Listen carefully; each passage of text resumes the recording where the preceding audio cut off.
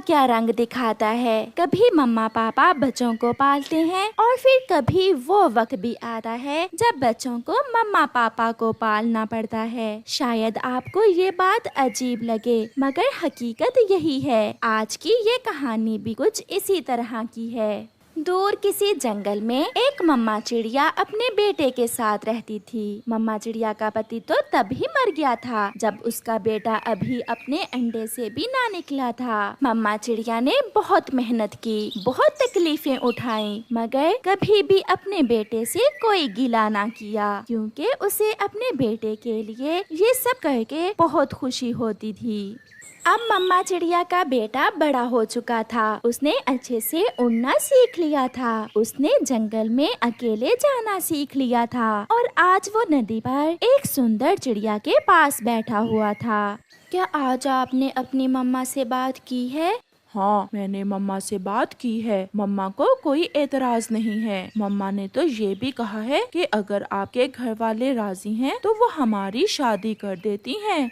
तो फिर आजकल ही अपनी मम्मा को साथ लेकर आ जाना और मुझे बिहार कर ले जाना। मेरी मम्मा भी राजी हैं। ऐसे वो दोनों अपने अपने घरों को चले जाते हैं। मम्मा, आपने मेरी पसंद को देखा भी नहीं है और आप मेरी शादी के लिए मान गयी। मेरी जान, मैंने हमेशा आपकी खुशी चाही है। जैसे मेरा बेटा खुश, वैसे ही मम्मा खुश। मेरी प्यारी मम्मा, आप बहुत अच्छी हैं। फिर दूसरे दिन मम्मा चिड़िया अपने कुछ दोस्तों के साथ दूसरे जंगल जाती है और अपने बेटे कुकू की शादी कर देती है। मम्मा चिड़िया अपनी बहू को देखकर बहुत खुश थी, क्योंकि वो बहुत सुंदर चिड़िया थी। थोड़ा हल्ला गुल्ला होता है, कबूतर और गोरी कौवी डांस करते हैं। वो सब बहुत खुश थे।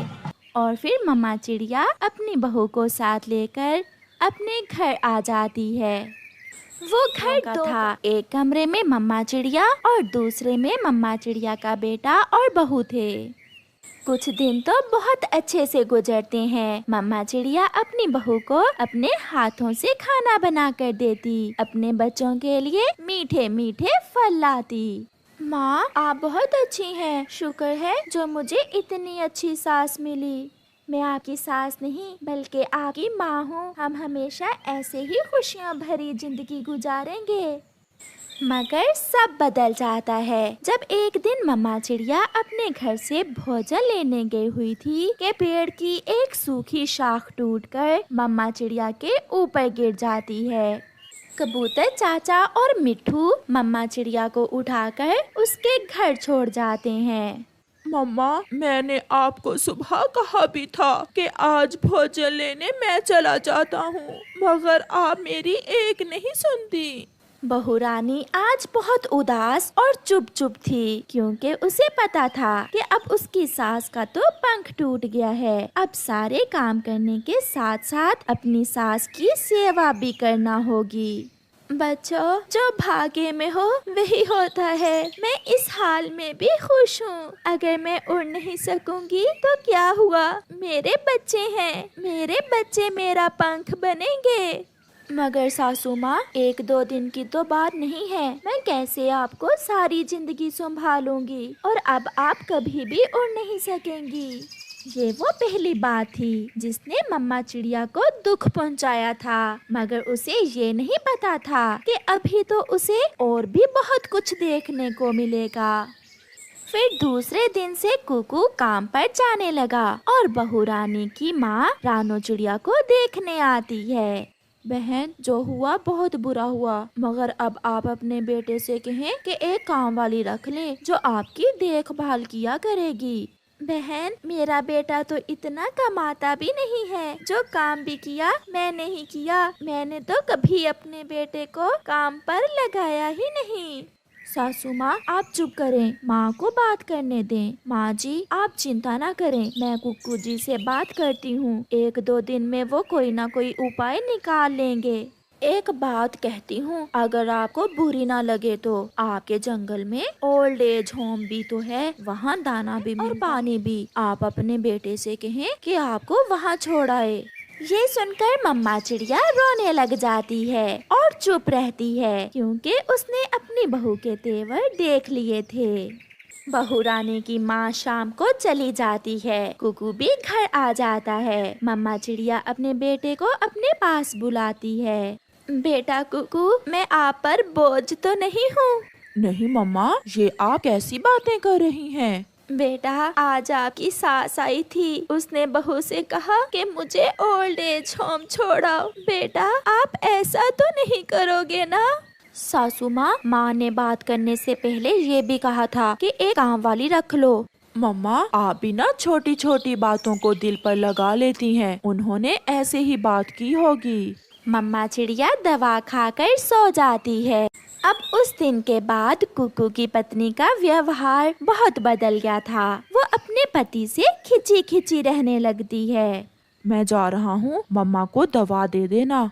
ये काम आप खुद ही करके जाएं, मुझसे नहीं होंगे ऐसे काम। फिर एक रात कुकू और उसकी पत्नी सोए हुए थे। मम्मा चिड़िया की सेहत बहुत खराब थी। मम्मा चिड़िया सारी रात खांसे जा रही थी।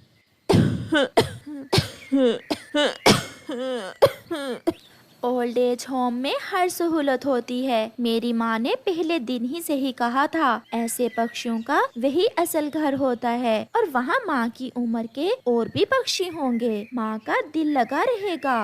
आज कुकू भी चुप था, जैसे वो भी अपनी मम्मा से तंग आ गया हो।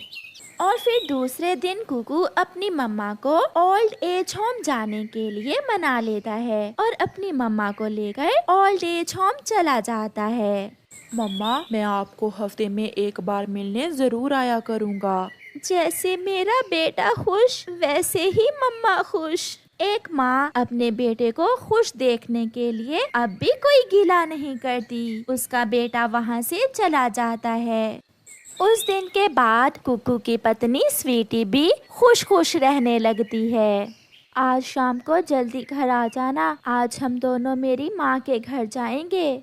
हाँ, मैं जल्दी आ जाऊँगा। ऐसे कुकू अपनी जिंदगी में मसरूफ हो जाता है।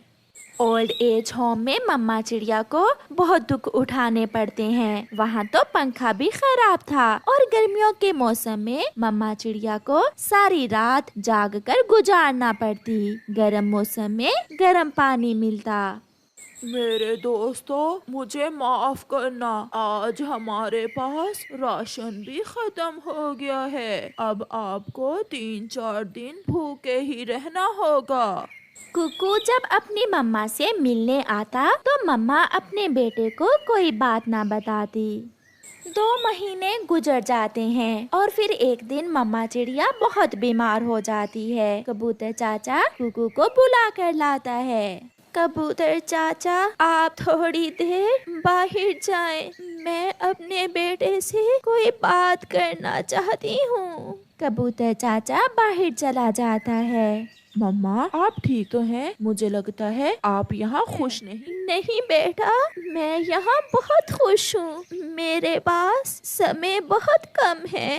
मेरी बात सुनो मेरी जान, मेरे बच्चे। ये ओल्ड एज होम अब पहले जैसा नहीं रहा।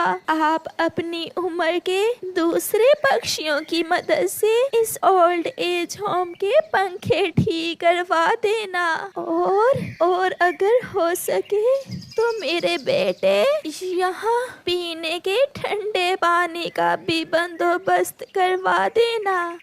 और बेटा यहाँ कई दिन राशन भी नहीं मिलता। मैं रहूं ना रहूं, आप ये सब जरूर करवा देना। मम्मा, आप मुझसे ऐसी बातें क्यों कर रही हैं? बेटा, मैंने आपको बहुत लाड से पाला है। मैंने आपकी हर खुशी पूरी की है। जो हिम्मत दुखों को सहने की मुझ में है, आप में नहीं है। और अगर कल आपके बच्चे आपको यहाँ छोड़ के, तो ऐसे ओल्ड एज होम में आप कैसे रहोगे? मुझे ये सोच खाए जा रही है। ऐसा कहते हुए मम्मा चिड़िया अपने बेटे का हाथ पकड़कर एक लंबी सांस लेती है और मर जाती है। जिंदगी ने साथ नहीं दिया। शायद मम्मा चिड़िया और भी बातें अपने बेटे से करना चाहती थी। हो सकता है कुकू भी अपनी मम्मा से कुछ कहना चाहता हो, मगर अब समय गुजर चुका था और गुजरा समय लौट कर नहीं आता। सुनने वालों के लिए इस कहानी में यही सीख है कि अपने मम्मा पापा को मान सम्मान दें, उन्हें ऐसे ही प्यार दें जैसे वो आपको बचपन में देते थे। आप तो समझ भी ना सकते थे और मम्मा पापा आपसे घंटों बातें करते थे, क्योंकि कल आपके भी बच्चे होंगे और प्रकृति इंसाफ करती है। आपका धन्यवाद। घने जंगल में पेड़ों के बीचों बीच फूलों के पास एक छोटा सा घर था, जिसमें नाजुक सी रानी तितली अपनी बेटी सोनीता के साथ रहती थी। सोनीता ने अभी नया नया ही उड़ना सीखा था। वो उड़ तो सकती थी, मगर उसकी मम्मा रानी तितली अभी उसे कहीं बाहर भेजने से डरती थी। मम्मा, मैंने अपने घर के आसपास के सिवा कुछ भी नहीं देखा। मेरा जंगल घूमने को दिल कर रहा है। कल मेरी सहेली ने मुझे बताया है कि झरने वाली नदी के पास लाल फूल है। मम्मा, मैं लाल फूल देखाऊं? बेटी, अभी आपको बाहर के हालात का कुछ पता नहीं है। मुझे डर है कि कोई आपके नाजुक पंख ना तोड़ दे। मम्मा, एक ना एक दिन तो मुझे घर से बाहर जाना ही होगा, क्यों ना आज ही सही। ऐसे काफी देर जिद करने के बाद सोनीता अपनी मम्मा रानी को मना लेती है और सोनीता पहली बार अपने घर से दूर जाने के लिए निकल जाती है। वो अपने नाजुक पंख फैलाए हवा में उड़ती जा रही थी। ठंडी हवा और फूलों की खुशबू उसे गुजर रही थी। उसी जंगल में 3 दोस्त जग्गू कौवा, किकी कबूतर और बुलबुला बुलबुल का बेटा भी रहते थे, जो आज झरने पर खेलने के लिए आए हुए थे। किकी झरने के पानी को देख रहा था, जब पीछे से आकर जग्गू उसे धक्का दे देता है। किकी पानी में गिर जाता है। झरने का बहाव बहुत तेज था। किकी तेजी से बहता हुआ नीचे गिर जाता है। जग्गू, जग्गू, ये क्या किया तुमने? किकी डूब रहा है, उसे बचाओ। मैंने तो शरारत की थी, मुझे क्या पता था कि किकी डूब जाएगा। फिर बुलबुला और जग्गू एक शाख की मदद से बहुत मुश्किल से किकी को नदी के पानी से बाहर निकालते हैं। कोई हद होती है, ऐसी शरारत भी भला करता है कोई? भूल गए जब पिछली बार तुमने मुझे नदी में धक्का दिया था। थोड़ी देर बाद उसी झरने पर सोनीता तितली भी पहुंच जाती है, जो शरारती बच्चों को नहीं जानती थी। सोनीता उन बच्चों से थोड़ी दूर लाल फूलों के पास बैठ जाती है। क्या आप मुझे देखने आई हैं? हाँ, बहुत मुश्किल से आई हूँ। मम्मा तो मान ही नहीं रही थी। मेरा सुर्ख रंग कैसा लगा आपको? बहुत सुंदर। मैं छोटी सी थी जब से आपको मिलने को दिल कर रहा था। मेरे घर के फूल आप जैसे सुंदर नहीं हैं। आपके पंख भी दूसरी तितलियों से ज्यादा सुंदर है। जाते हुए आप मेरा थोड़ा सा रस भी लेती जाना।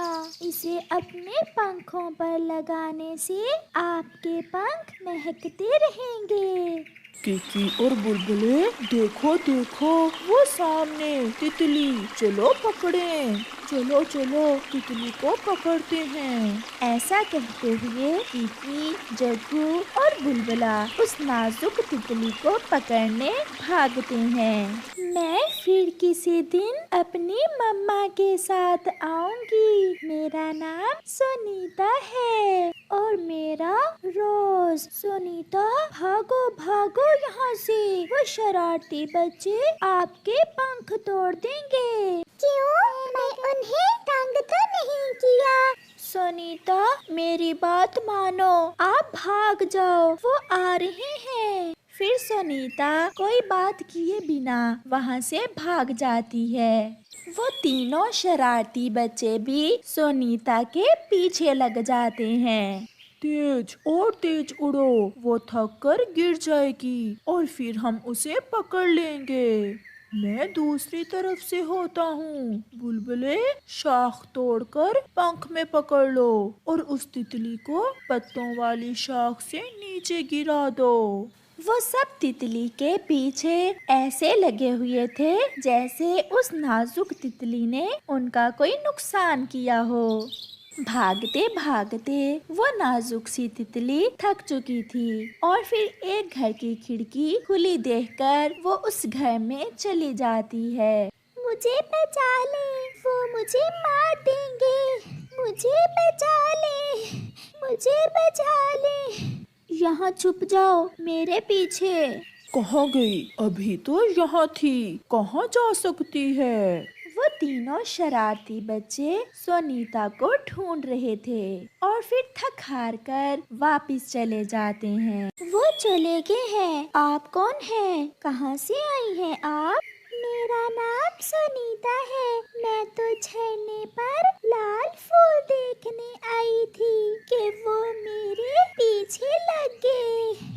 वो बहुत शरारती और गंदे हैं। वो तीनों मुझे भी बहुत तंग करते हैं। थोड़ी देर बाद कुकू की मम्मा भी घर आ जाती है। मम्मा, ये सुनीता है। मम्मा, जग्गू और उसके आवारा दोस्त इसके पीछे लग गए थे और फिर ये भागकर यहाँ आकर छुप गई।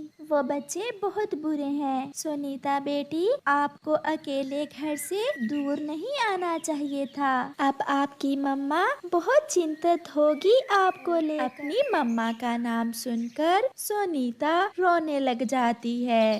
बेटी, चुप कर जाओ, अब तो रात हो गई है। मैं कल सुबह आपको आपकी मम्मा के पास छोड़ आऊंगी। मम्मा, प्लीज आप सुनीता को अभी छोड़ आए, इसकी मम्मा परेशान होंगी। आंटी, प्लीज कुछ करें, मेरी मम्मा तो बहुत रो रही होगी। ठीक है बेटी, चलो मैं अभी आपको छोड़ कर आती हूँ। मम्मा, मैं भी आपके साथ जाऊंगा। फिर रानो चिड़िया और उसका बेटा नाजुक सोनीता तितली को साथ लेकर उड़ते हैं। मैंने बहुत रोका था आपको बेटी, मगर आपने मेरी एक न सुनी। रात हो गई है, न जाने मेरी बेटी किस हाल में होगी। मम्मा तितली रोए जा रही थी और ऐसे बातें किए जा रही थी। रानी तितली अपने पड़ोसी जुगनू के पास जाती है। क्या हुआ रानी, आप क्यों रो रही हैं? सुनीता झरने पर गई थी, अभी तक नहीं लौटी, न जाने कहाँ चली गई है। वहाँ झरने पर कुछ शरारती बच्चे होते हैं, कहीं उन्होंने पकड़कर सुनीता के पंख तो नहीं तोड़ दिए? जुगनू भैया, क्या आप मेरे साथ सुनीता को ढूंढने जा सकते हैं? हाँ, मुझे रास्ते का पता है, मैं आपके साथ जाता हूँ। अभी वो वहाँ से उड़े ही थे कि थोड़ी दूर उन्हें कोई अपनी तरफ आता हुआ दिखाई देता है। वो रुक जाते हैं और फिर सुनीता, रानो चिड़िया और उसका बेटा वहाँ आ जाते हैं। सुनीता अपनी मम्मा के गले लग जाती है। कहाँ चली गई थी मेरी बेटी? मेरा रो रो कर बुरा हाल हो गया है बेटी। मम्मा, ये चिड़िया आंटी और ये इनका बेटा है। अगर आज ये मुझे ना बचाते तो वो शरारती बच्चे मेरे पंख तोड़ देते। वो मुझे पकड़ने मेरे पीछे लग गए थे। मुझे बहुत खुशी हुई आपकी बेटी को आपसे मिलवाकर। चले, आप मेरे साथ मेरे घर चलें।